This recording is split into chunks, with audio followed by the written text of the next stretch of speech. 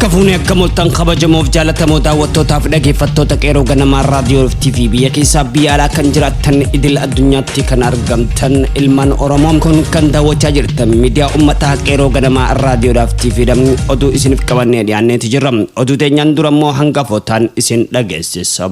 Manni murtii federaalaa sadarkaa jalqabaa dhaddacha ramaddii araadaa galmee qorannoo dura obbo Jawaar Mohammadii fi namoota 13 biroo ilaaluudhaaf dhaddacha har'aan tana ooleen poolisii Komishinii Federaalaa bulchiinsa hidhamtoota Komishinii Poolisii magaalaa Finfinneetiin sa'aatii 24 keessatti akka mana murtiitti hidhamee dhiyaatu dhaga'ameeti jira.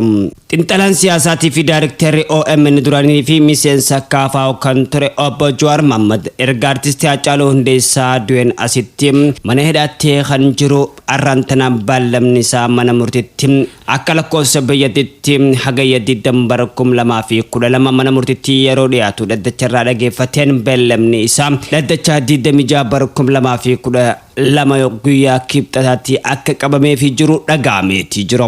Walitti gaarreenfannaan naannoo Amaaraatii fi Tigraay jidduutti uumameen daran cimee itti fufeeti jira. Naannoonni lamaanii eeboo gara lamaanii qarachaa walitti gaarreenfachaati jiran. Guyyaa har'aan tana miseensa poolisii raayyaa ittisa biyyaa naannoo Tigraay kan 60 of keessaa qabu gara naannoo Amaaraatti baqatee jira jechuudhaan koomishiniin naannoo Amaaraa ibsa kanneen naannoon Tigraay ammoo ibsa kana haalee tijiram oduu maddeen alaatiin Suudaanitti lola laga Naayil mudateen lubbuu namoota 86 battalatti yeroo darbu torbaanota kana keessatti namoonni 86 ammoo qeefii qabeenya isaanirraa akka buqqifaman koomishiniin magaalaa Kaartum gabaaseeti jiram. Toli kabajamuuf jaallatamoo daawwattootaaf dhaggeeffattoota qeeroo ganamaa raadiyoodhaaf TV biyya keessaa biyya alaa kan jiraattan kun hangafoota keenyaan bal'ina oduutti isin dabarsa qeeroo ganamaa raadiyoo fi firraa oduu teenya bal'ina sitti dhiyaadha kan isiniif dhiyeessu oduu warraawwatis an obsaa Ridwaanii bal'ina oduu teenyatti dhiyaadha.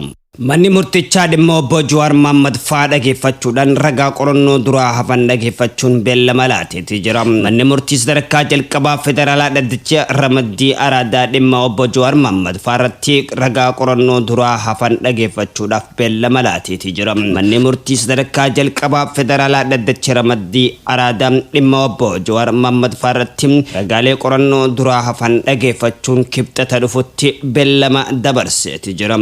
Instituutii fayyaa hawaasaa Itoophiyaa obbo Jawaar Mohammad dabalatee shakkamtoonni galmee san jalatti tarreeffaman 14 vaayirasii koronaa bilisa ta'uu isaanii manni murtichaatiif ibseeti jira. Obbo Jawaar Mohammadii fi obbo Baqqalaa Garbaa hiriyoottan keenya waliin wal arguun hin dandeenye jechuudhaan iyyannoo dhiyeeffatanis manni murtichaa hiriyoota keessan waliin wal arguu mirga qabaattanis sababa weerara vaayirasii koronaa labsii yeroo ariifachiisaa waan dhorkuuf iyyanni keessan fudhatama hin qabu jechuudhaan kuffise. Obbo Jawaar Mohammad haadha warraa fi ijoollee isaanii waliin torbaanitti viidiyoo konferansii yeroo lama akka wal argus manni murtichaa ayyameef jira. Obbo Shamshaddiin Tahaa hospitaala filatanii yaalamuu akka danda'an manni murtichaa ajaja dabarseeti jira.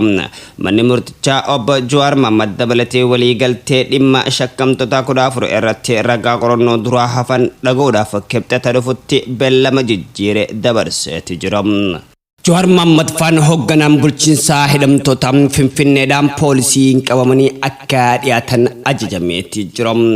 Manni murtii federaalaa sadarkaa jalqabaa fi dhaddacha ramaddii araadaa galmee qorannoo dura obbo Jawaar Mohammadii fi namoota 13 biroo ilaaluudhaaf dhaddacha har'aan tana ooleen poolisiin federaalaa hoogganaa bulchiinsaa hidhamtoota Komishinii Poolisii magaalaa Finfinnee sa'aatii 24 keessatti hidhamee mana murtiitti akka dhiyaatus ajajeeti jira. Ajajni kun kan kenname galmee obbo Jawaar Mohammad faa keessatti kan argaman gaazexeessaa OMN Mallas Dirribsaa dabalatee namoota 4 qorannoo dhibee COVID-19 akka godhamuuf ajajni kennamee ture raawwatamuu dhabuun wal qabate jira. Manni murtichaa dhaddacha hagayya 2012 ooleen sababa ajajni hin raawwatamneef hooggansi bulchiinsaa hidhamtoota Komishinii Poolisii magaalaa Finfinnee har'aan tanarraa qaamaan dhiyaatanii akka hubachiisan ajajee ture. Haa ta'u ta'uu malee lama har'aantana irratti hoggansiisaa ta'e bakka bu'ootni dhaabbatichaa hin argamne waan ta'e jecha manni murtichaas dhaddacha har'aantana ooleen koomishiniin poolisii federaalaa wantoota bulchiinsa hidhamtoota koomishinii magaalaa Finfinnee saa 24 keessatti hidhamee mana murtiitti akka dhiyeessu ajajamee jira. Gama biraatiin kanaan dura dhibee COVID-19 qabamanii kan duran Daawit Abdataa, Guutuu Tarrafaa, Kennee Damachaa, Taamiraat Hussein, Bashiir Hussein faan sabbaqa ol qabaa dhibee COVID-19 irraa bilisa ta'uu isaanii Inistituutiin Fayyaa Hawaasa Itoophiyaa irratti irraa xalayaan ergamuusaa manni murtichaatis himee jira. Manni murtii federaalaa sadarkaa jalqabaa dhaddachi Ramaddii Araadaa galmee qorannoo duraa obbo Jawaar Mohammadii fi namoota 13 irraa ragaalee abbaa alangaa dhageeffachuu fi iyyatawwan shakkamtoota beellama darbee irraa dhiyeessan irratti ajaja kennuuf har'aantana ture beellama kan qabatee argamee jira. Haa ta'u malees shakkamtoonni lakkoofsa 4 hanga 9 jiran fi dhibee COVID-19 irraa bilisa ja'aman waan hin dhiyaanneef manni murtichaa ragaalee abbaa alangaa hin dhageeffanne. Abbaan alangaa poolisii shakkamtoota akka dhiyeessuuf nuuf haa ajajamu jechuudhaan manni murtichaa kan gaafate yommuu ta'u abukaattoowwan shakkamtoota gama isaaniitiin bu'aa qorannoo shakkamtoota gama isaanii COVID-19 shakkamtoota kunneen dafee nu dhaqqabuu qabaa jechuudhaan turan. Abbaan alangaa shakkamtoota dhiyeessuudhaaf qaba ture. Kanaafuu ajajni cimaan nuuf haa kennamu jechuudhaan gaafatan.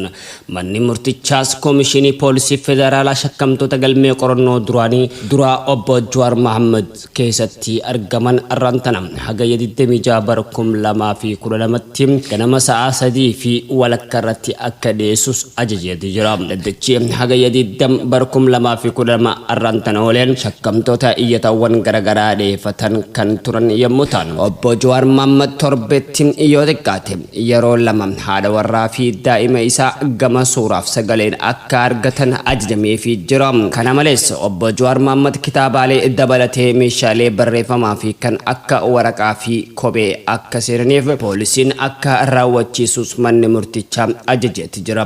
Beellama dabre irratti abukaattoowwan mallattoo keenya waliin haala gama biraatiinis manni murtichaa iyyata obbo Jawaar Mohammadii fi Obbo Baqqalaa Garbaa hiyyootanii fi waahillan keenya wajjin wal argaa hin jiru jechuudhaan dhorkamne jechuudhaan dhiyeessan labsii yeroo muddamaa dhibee COVID-19tiin wal qabate labsameen eeruudhaan iyyata isaanii kuffisee jira. Dhimma fayyaan wal qabate manni murtichaa shakkamtoota qorannoo dhibee COVID-19 hin taasifamnee fi qorannoo akka taasifamuuf akkasumas Shamshaddin Xahaa poolisiin eegduu Ramaddii fi magaalaa Finfinnee keessatti dhaabbata fayyaa barbaadetti akka yaalamu manni murtichaatis ajajee jira.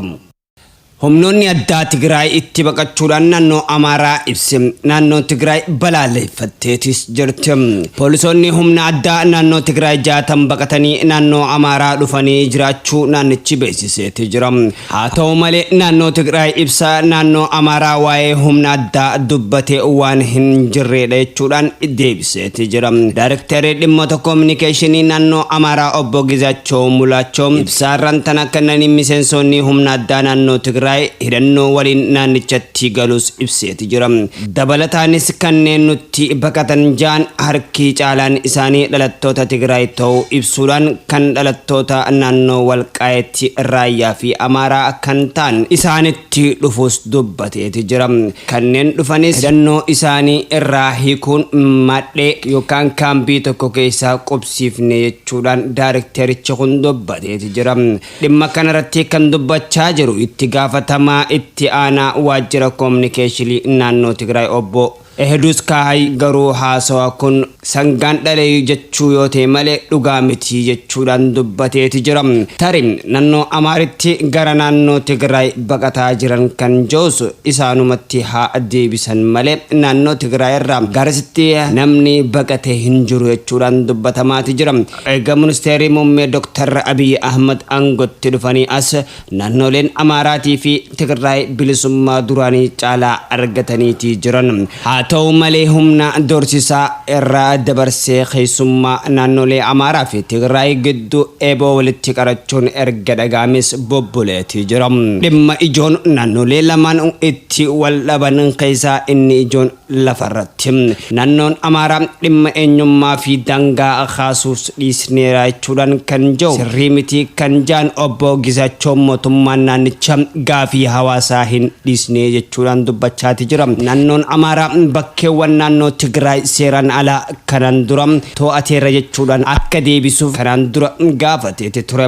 Dhimma daangaa fi eenyummaa daangaarraas fayyadamuudhaan heera fooyyessuu fi federaalizimii haqaa akkatti hojjetan hiikamuu akkasumas dhimma biroottis ejjennoo qabna jechuudhaan qondaalli naannoo Amaaraa dubbachaati ture.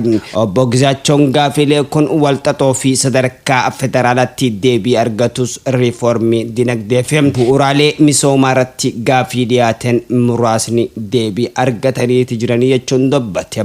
Walqaayitii fi dhaageetti gaafii eenyummaa hawaasaa kaasee ukkaamamuun hidhamuu dararamaan jira jechuudhaan dubbatan obbo Gizaachoon TPLF filannoo gaggeessaas jechuudhaan hawaasa rakkisaa jira jechuudhaan mootummaan federaalaa rakkoon kun kan caalaa hammaate yoo adabachuu dide seera kabachiisuus aangoo fi dandeettii waan qabu uummata Tigraay fi TPLF adda baasee tarkaanfii fudhachuus qaba jechuudhaan qondaalli naannoo Amaaraa dubbachaati jira.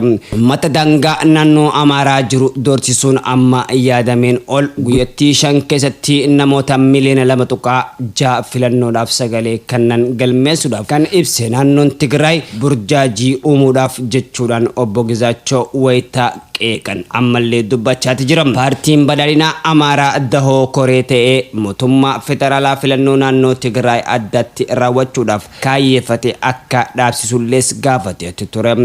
Obbo Hadushomoon himannaa uummataa dirqisiisaan galmeessan jiru irrattis akka ka'us himeeti jira. Haa ta'u malee jecha filannoo irratti akka hirmaataniif namoota dirqisiifnee hin galmeessisne filannoon dirqisiisus hin filatamu jechuudhaan deebisaniiti jiran. Itti dabaluunis gaafii dhimma daangaan walqabate akka jiru himan garuu namni gurraa hannuu hin jiru jechuudhaan dubbachaati jiran. Gaafii daangaan walqabatee fi xaagayeeti gara dimokiraatawaa mootummaa dhiyaateen seeraa furamuu akka danda'us kaasaniiti jiran. Obbo Hadush Tigraay wayita naannoon biroo wajjin wal biraa qabne madaaluun tasgabbiin wayyaa qabaachuu fi hojiiwwan misooma irratti xiyyeeffachuun keessan gaariidha yookaan keenya gaariidha jechuudhaan uummata Tigraay galateeffateeti jira.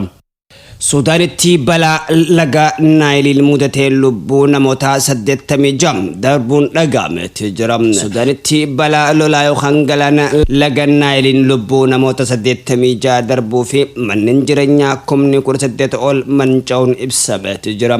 Biyyattiin sababa lolaa wayitii gannaa uumameen hanga kibxata dabreetti lubbuu namoota 86 darbuu fi manneen 18,000 ol magaalaa Kaartuumitti manca'uu ministeerri dhimma biyya keessa Suudaan beeksiseeti jira. Jiraattonni magaalaa Kaartuum balaa lolaa akkanaa kana kan baranaa argine hin beeknu jechuudhaan dubbachaati jira. Hangi bishaaniin laga Abbayyaa haalaan dabaluu isaa lolaa kun kanaaf sababa akkan ta'e jechuudhaan dubbachaati jiran. Guutinsa bishaaniin hidhaaromsa eegalamuun isaa miidhaa balaa lolaan dhaqqabu hir'isuu akka danda'u abdii jiraachuu ministeera jallisii Suudaan Yaaser Abbaas dubbateeti jira. Bara kana hangi bishaan laga Naayil guutuu eegalees meetira 17.3 ga'e jechuudhaan dubbachaati jira. Kun ammoo erga bara faranjoota bara 1912 as isa ol aanaa ta'us eeraniiti jiran. Oduu wal fakkaatuun magaalaa guddoo Naanjeeriyaan Naayimitti balaa lolaan uumameen lubbuu namoota 45 yoo dabro namoota walakkaa miliyoonaa ta'an ammoo qe'ee fi qabeenya isaanirraas buqqaaniiti jiran. Maddee oduu kanaatis BBCdha. Muummeen ministeera Jaappaan Shinzo Abeen aangoo gad dhiisuudhaaf isaanii ifoomseeti jira. Muummeen ministeera Jaappaan rakkoo fayyaa isaanii qunnameen aangoo gad dhiisuu isaanii ifatti beeksisaniiti jiran. Manguddoon umrii waggaa 65 Shinzo Abeen hojii mootummaa isaaniitiin gufuu ta'urraa aangoo gad dhiisuu filachuu isaanii ibsaniiti jiran. Aangoo gad dhiisuun isaaniif uummata biyyattii dhiifama kan gaafatan Abeen murtee isaanii siyaasaa Jaappaan irratti rakkoo rakkoo uumuu hin qabus jaameeti jiran. Haalli fayyaa isaanii yeroo gara yerootti hammaachaa dhufus himaniiti jiran. Miidiyaaleen biyyattii Shinchoon Abbin hanga muummee ministeeraa haaraa filatamanitti haalli kun muummeen ministeeraa yeroo akka hin mudamne godha jechuudhaan dubbatamaati jiran. Maddii oduu kanaatis BBC dha. Tole kabajamoo daawwattootaaf dhaggeeffattoota qeerroo ganamaa raadiyoo TV oduun har'aaf qabannee isiniif dhiyaannee hanga oduu biraatiin wal agarruu kan nagee walitti dhaabbannu ta'a. Oduu har'aa waliinis kan isin faana turu Absaar Du'aanii hanga oduu biraatiin walitti dachaanu nagaan nuuf turu.